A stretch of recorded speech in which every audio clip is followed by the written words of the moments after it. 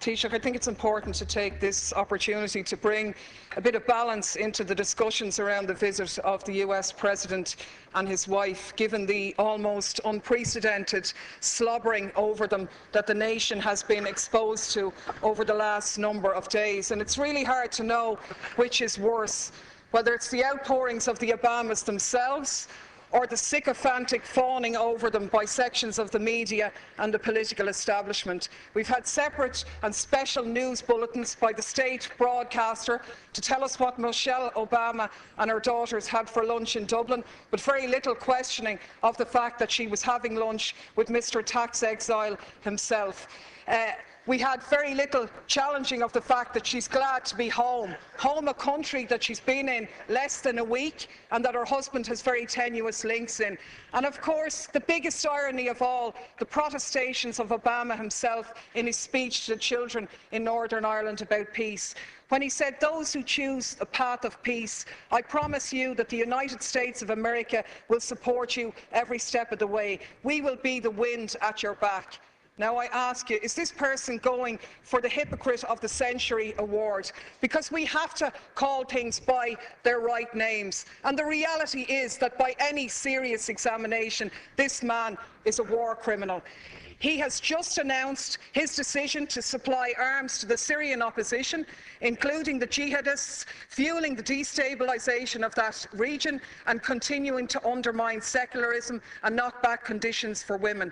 This is the man who is in essence stalling the Geneva peace talks by trying to broker enhanced leverage for the Syrian opposition by giving them arms, and to hell with the thousands more who lose their lives, or the tens of thousands more who will be displaced as this war goes on. This is the man who has facilitated a 200% increase in the use of drones, which have killed thousands of people, including hundreds of children. And you, Taoiseach, you are the one who's turned a blind eye on these activities. You've talked about the G8 being an opportunity to showcase Ireland. But is it not a reality that you have showcased us as a nation of pimps, prostituting ourselves in return for a pat on the head? To be honest with you, we were really speculating this morning whether you were going to deck the cabinet out in leprechaun hats decorated with a bit of stars and stripes to really mark abject humiliation here. So my question to you, Taoiseach, is as follows.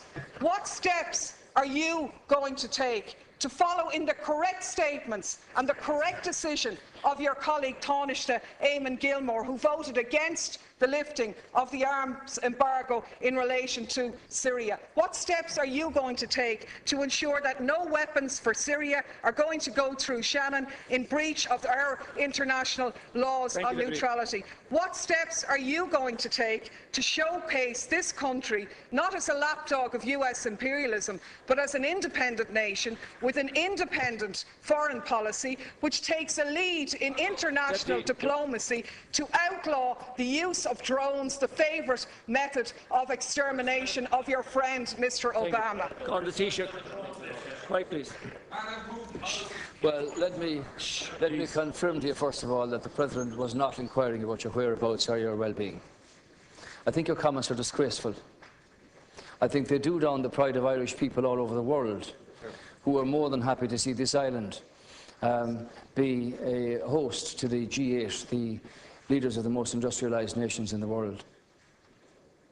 And for you, Deputy Daly, to stand up here and criticise the American President for giving a continuation of support for a fragile peace process in Northern Ireland, where over 3,000 people lost their lives over 30 years, is a disgraceful do-down. And if you represent those people on the back line over there, if that's the kind of comment that you intend to make, well then it's beneath you actually. Even those of your predecessors in their brilliance never matched what you've just said here. Let me remind you that the communities in Northern Ireland and the politicians from administrations in this House here, of all governments, together with British governments and Northern Ireland politicians and Northern Ireland communities, have put together a very fragile peace And far be it from you to come in here and criticise somebody who wants to support that process, visibly, personally, and with assistance from the United States, where 35 million Irish Americans, Deputy Daly, want this peace process to continue.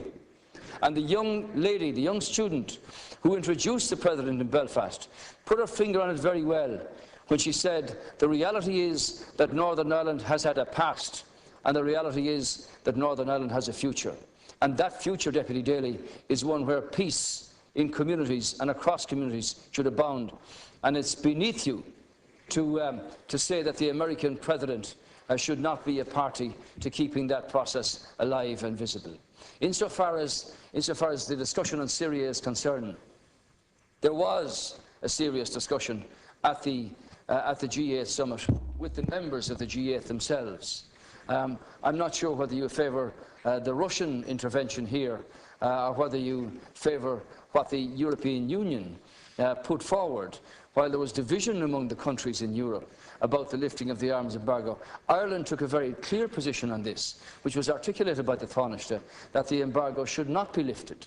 But the conclusion of the G8 summit was that the Geneva peace talks should take place. Nobody wants to see wanton slaughter and the exodus of hundreds of thousands of people from Syria. And far from a warmongering discussion, the situation here is, what can you do to bring about discussions and negotiations that will restore, in the first instance, peace to this situation, and in the second instance, a structure that will allow Syria to continue in the time ahead without the obscenities and the humanitarian crisis that we've witnessed in the last 2 years. Deputy Daly, 1 minute. Please. Yeah. 1 minute, Deputy. Thanks, Ceann Comhairle. Of course, I said nothing about the Northern Ireland peace process, a process which everybody supports, but is not one that gives you a licence to do whatever you like anywhere else around the globe. There isn't much peace in Iraq, where 26 people lost their lives yesterday. There isn't much peace in Afghanistan. There isn't much peace in Pakistan, and there certainly isn't much peace in Syria. And the side I'm on in Syria is the one, and what I agree with is the statement by Oxfam, where Oxfam said sending arms to the Syrian opposition won't create a level playing field. Instead, it further risks fueling an arms free-for-all, where the victims are the civilians of Syria. Our experience tells us that the crisis will only drag on for longer if arms are poured in. And that's in essence what the Americans have done here. I can only take from your non-answer to the question that you were asked is that you're going to take no steps to ensure that those arms will not be sent through Shannon in breach of our neutrality. You said here last week no arms ever came through Shannon. How do you know that, seeing as no investigations take place? The reality is, in 2012, 548 US planes landed in Shannon. How do you know what was on them if you haven't examined them?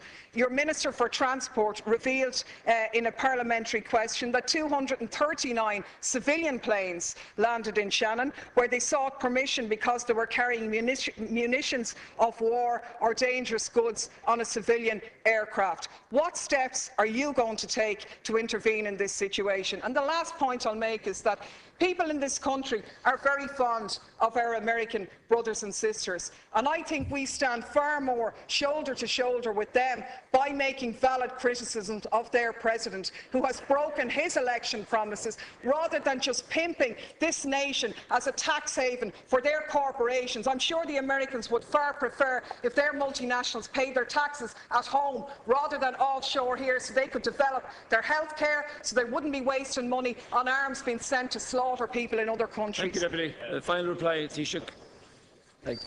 As you're aware, 100,000 American people are employed by Irish-owned firms across 50 states, and something similar here from American-invested corporates in this country. The American government, and I don't speak for them obviously, have taken the view in terms of withdrawal of their troops from Afghanistan and from Iraq. There wasn't any intervention in terms of troops in Libya, and there hasn't been any intervention in terms of troops in Syria. We've never supported rendition flights through Shannon, and it ill behoves you to make comments that are not true.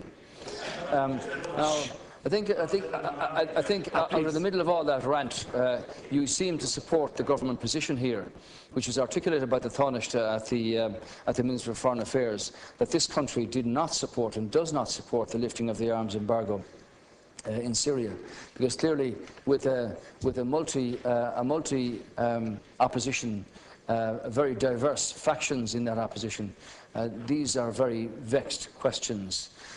So the decision of the European Council to not agree in terms of the embargo means that that opportunity presents itself. But everybody at the G8, as I understand it, was focused on getting the peace talks in Geneva underway, which might bring about some sense of solution here. Clearly, you haven't condemned the Iranians or the Hezbollah or the Russians for supplying arms to the Assad regime. You haven't commented upon the atrocities carried out under President Assad in Syria at all. You seem to have a very biased view about the wanton slaughter of the Syrian people. And everybody on this side, insofar as we're party to the European Union, wants to see a structure that will bring about the removal of President Assad, but peace restored to that country and its troubled people, and the hundreds of thousands who have had to exit us across the border with nothing but their families and a few belongings with them. So, in that sense, Deputy Daly, I hope, and it's the hope of the government, that the peace talks in Geneva can actually take place and that something comes from them. And while I wasn't at the discussion about Syria at the G8, my understanding is that there was a very frank disclosure about the various views here, and that hopefully something beneficial will come from that. That's the answer to your question. That